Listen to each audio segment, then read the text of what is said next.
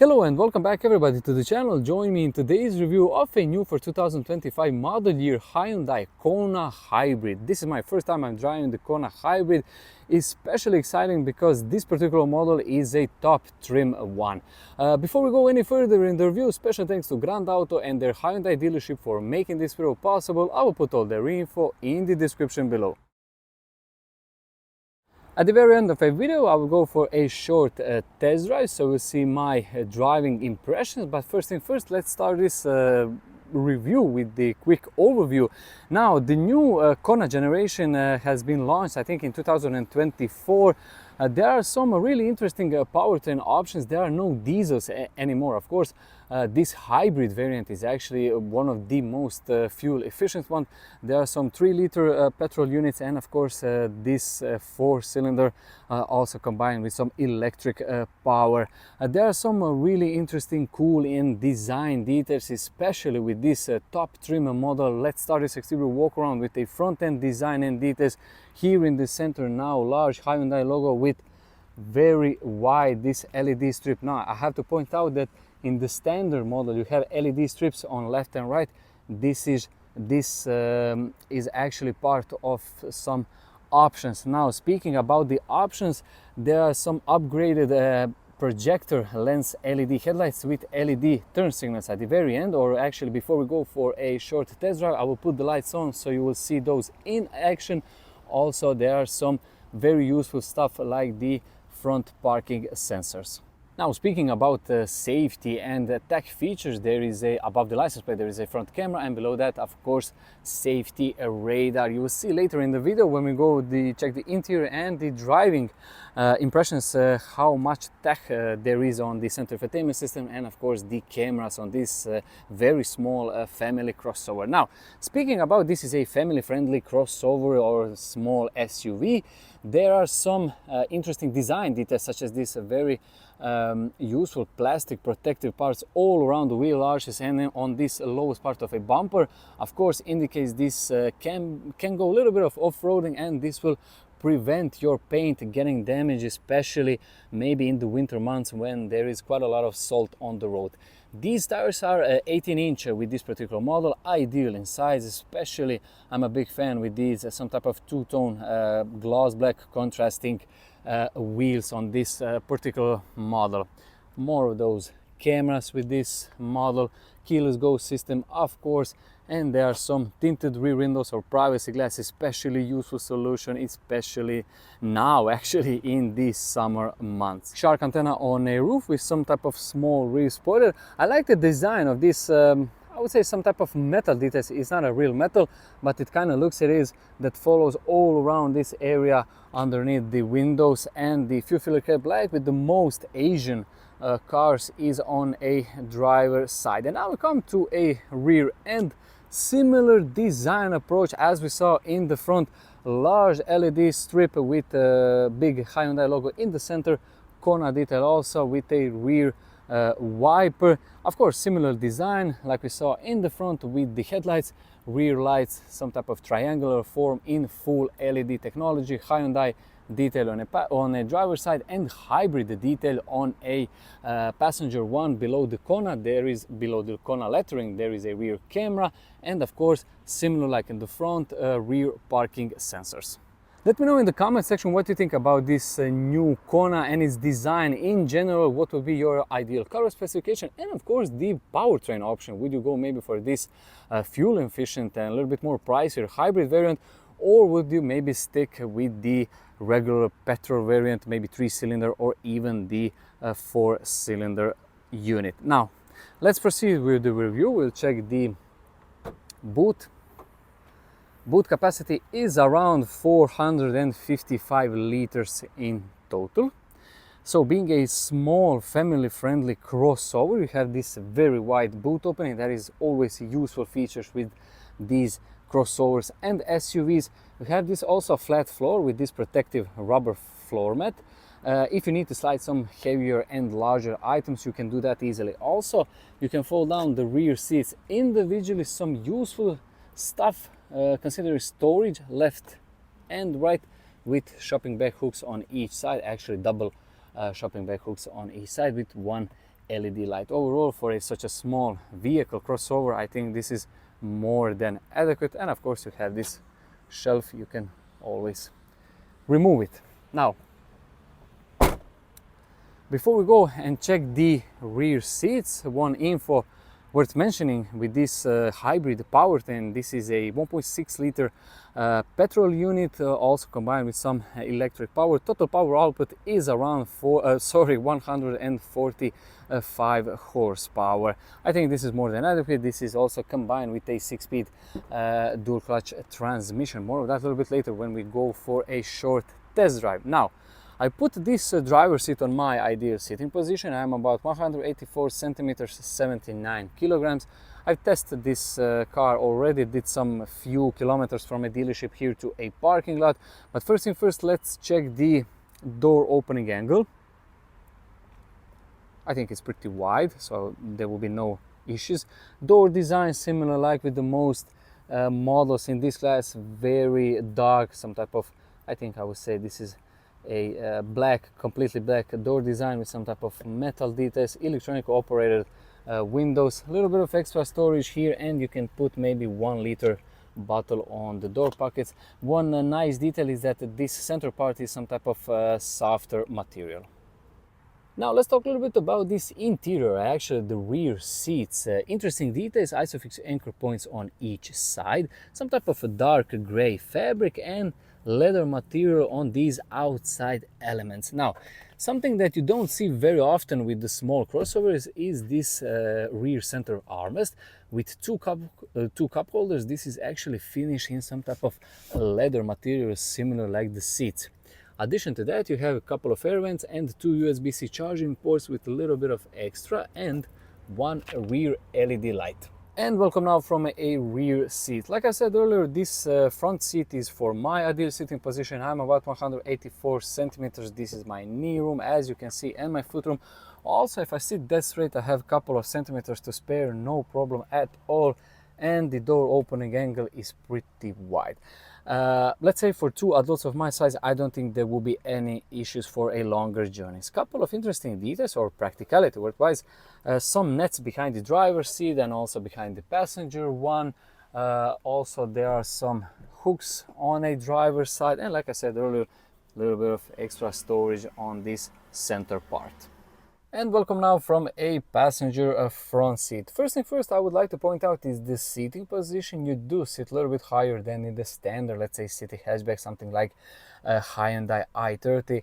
Probably 90% of potential buyers would definitely appreciate that, because you have that raised up seating position. It's relatively easier to get in and out, and you have this very good view out.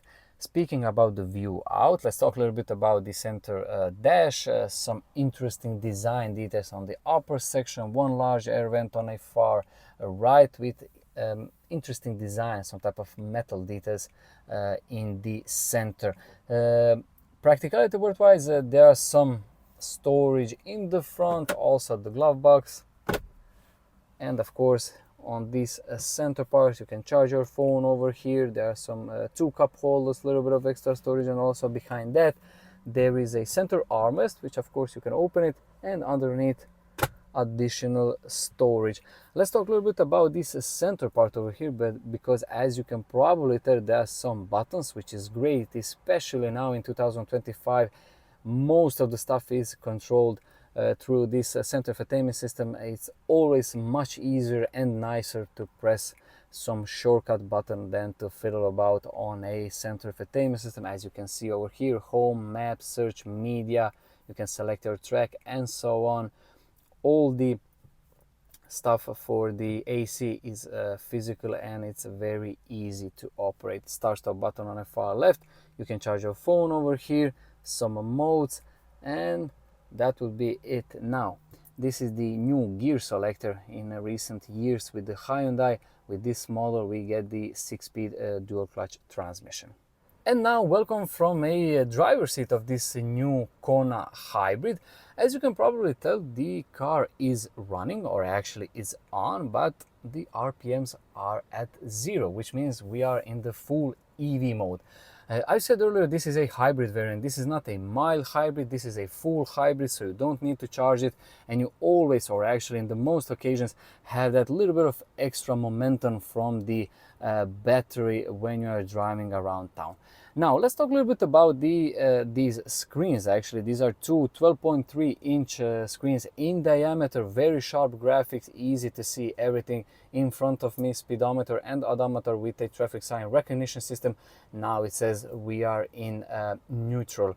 We'll talk a little bit more about this center infotainment system. This is your home screen with the navigation, radio, and so on. There are some useful shortcuts, some type of phone, projector, weather conditions, and so on. You have Apple CarPlay and Android Auto. One thing also worth mentioning, with the Kona you can upgrade with the Bose premium surround system if you like. Of course, this particular model doesn't get it, but you can if you like. Now we'll go quickly check the navigation. Here we are in Zagreb West, and this is the very end. I will not go to all details, of course, of this center infotainment system, just so you can see everything in action, the graphics and so on. Like I said, this is a very large screen. It's on ideal position when you're driving, maybe like this. You can see everything, and the best thing about all this interface is that you still have these physical buttons. Now we'll talk a little bit more about this steering wheel and its design. With the recent Hyundai models, we have some 4 dots on the steering wheel. This is a new Hyundai logo, let's call it like that. It's very interesting actually to see this. Benefit to all this is that you still in 2025 you get with the Hyundai's physical buttons on a steering wheel. Some cruise control details are on a far left, media and voice commands on a far right. Minus or actually plus and the minus pedals behind the steering wheel. Speaking about the automatic transmission, also something new with the recent Hyundai models is this gear selector behind the steering wheel. Very interesting to look at. Some interesting details worth mentioning is that the electronically operated parking brake is here on a far left. And now for the very under, actually before we go for a test drive, I will put the lights on. The lights are actually on, and I will put the hazard lights so we can see those in action. Now, like I said earlier, this large LED strip in the back with LED turn signals. And one detail I forgot to mention, the passenger front seat is electronically operated, and the driver one also is fully electronically operated. Blind spot monitoring system also, and LED turn signals on a side mirrors with, of course, here in the front, I said earlier, LED projector headlights with LED turn signals, and of course optional this one large LED strip. I think it looks really cool. And welcome now to a test drive of this new Hyundai Kona Hybrid. I've said earlier, this model is powered by 1.6-liter petrol engine, around 100 horsepower, plus the electric motor and the battery. Small battery that you don't need to charge it on your own. It charges while you're driving and you're braking and so on. The total power output is around 145 horsepower. Before we go for a short drive, just a quick overview with the design and my seating perspective, or actually position. I'm about 184 centimeters, 79 kilograms for my size. The seats are very comfortable. The center armrest is on the ideal position, and also very good is this part over here on the doors. In front of me, digital dice, very crisp design, sharp with the traffic sign recognition system. Now it says we are in neutral. I will go into drive, and we are currently in full EV mode. Now let's go for a quick drive. As we can see over here, the battery. And now if I go into reverse, I said earlier, there are so many cameras with this model, especially because this is a small crossover. Rear camera with some lines indicates where I'm going, and also this bird's eye view with clock. Now I will park it, not the best, but just for you, so you can see how easy it is actually to park this Hyundai Kona. very, very interesting and cool graphics. You would expect this level of interface or actually tech from a very, or actually more expensive models, but you get it with a small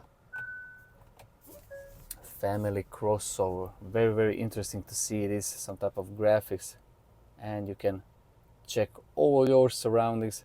This is a very useful stuff. Just take a look at this car behind me, very interesting to see that, and of course the trucks. Speaking about this size of this particular model and tech, the side mirrors are very large, especially for a small vehicle. Also the view in the back is nice, so I don't think there will be any issues for the average driver with usability in the urban environment. Especially interesting and worth mentioning is that you have that little bit raised up seating position, and you are not so low to the ground, especially with some potholes, bumps, and so on. So I think for the average driver, this is absolutely great combination, great tech, great design, and of course the great powertrain, which will be very fuel efficient. Speaking about the powertrain, let's go for a short test drive. I'll put my seat a little bit higher up, and now the petrol engine is running. We are moving forward, and of course we are charging a little bit that battery. One of the best features with the Hyundais is when you get the turn signal. I will show you now. You have this some type of blind spot monitoring system. This is very interesting and very useful stuff when you are driving.